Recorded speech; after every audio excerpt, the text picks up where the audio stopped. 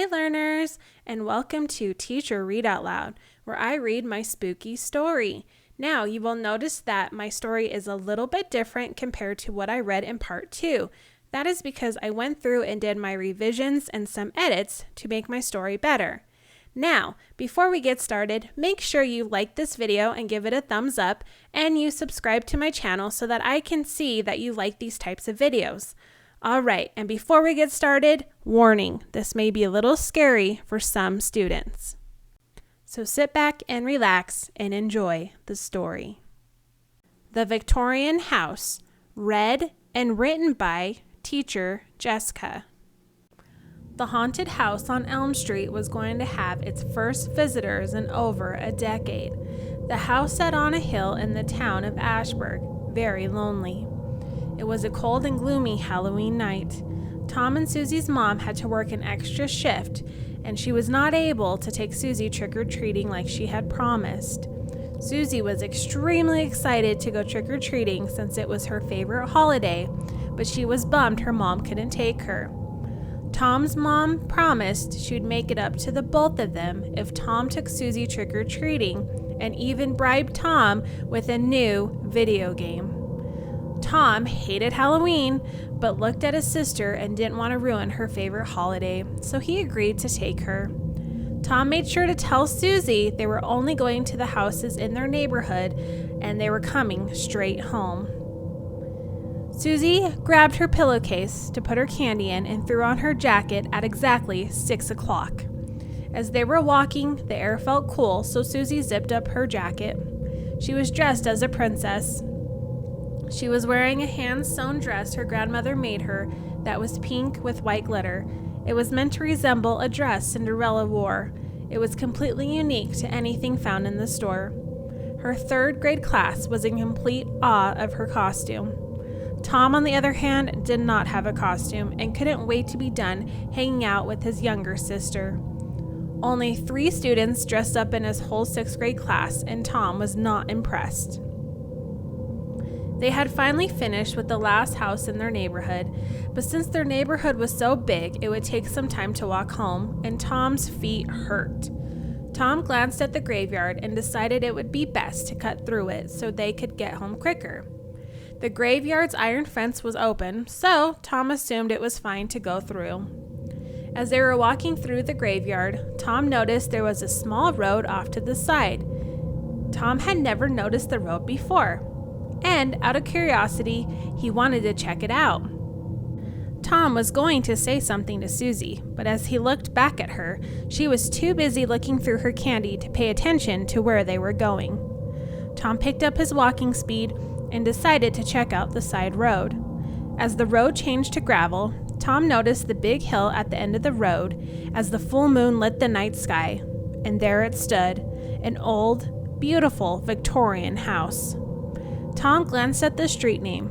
It read Elm Street. He could hardly read it because it was so dark. Tom had never heard of the street before. He shrugged to himself and continued on. Tom stood outside the house, looking over the pristine wraparound porch, and then he noticed the front door was wide open. Tom thought it seemed kind of strange that someone would just leave the door open. "Help!" Tom and Susie heard someone calling from inside. Susie gasped, and Tom ran inside, not thinking. As soon as his foot hit the inside of the house, the door slammed shut. Tom could hear Susie shriek from outside. He slammed his fist against the door.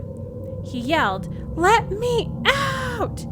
He could hear footsteps walking behind him. He quickly glanced around the room. As his eyes were adjusting to the dark, he saw nothing. Then he started to hear deep breathing.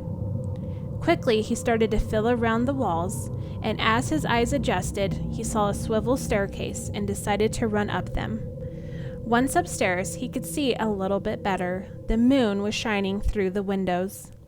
He looked around and saw no one, but he could still hear the footsteps walking towards the staircase. He quickly ran towards a room and found a closet. He shut the door quietly as he could behind him. He could feel his heart beating and banging against his chest. He tried to convince himself it was all a prank. He realized hiding in the closet was kind of dumb and convinced himself that it was probably someone playing a prank. "Leave me alone," Tom yelled, hoping the person would stop. Suddenly, it got very quiet. As he was standing there, in the silence, the doorknob started to turn. Tom made his way quickly towards an open window. He looked down and made a plan to jump onto the second-story porch and jump off it to the ground. He told himself it was no big deal. "I'm down here," Tom heard Susie call from the back of the house. He took a deep breath and slid through the window as he heard the door creak open. Tom didn't look behind him and jumped onto the porch quickly. From there, he bent his legs and jumped onto the grass. Susie saw him land on the grass and ran over towards him, and she had a look of confusion and fear. "Did you find who needed help?" Susie asked. "No," Tom gasped, out of breath. It was some kind of kids, probably playing a prank. Let's go home," he said, grabbing Susie's hand, hoping she believed it was a prank so she wasn't scared. "Yeah, it was probably just a prank," he said again, also trying to convince himself. They walked quickly away from the house, neither of them looking back. They were both silent the whole way home. Once they were home, Tom locked the front door behind him since their mom was still at work. He looked outside the window, and he saw no one. Once Susie was safely in bed and tucked in, Tom looked up Elm Street on Google Maps. As he was researching for a few minutes, he soon discovered that Elm Street was torn down over 30 years ago, along with all the houses on the block, in order to build the graveyard. Tom quickly turned off his phone and tried to convince himself that he had read the street name wrong. It was dark, after all. Tom laid in bed and whispered to himself before falling asleep, "This is why I hate Halloween." The end.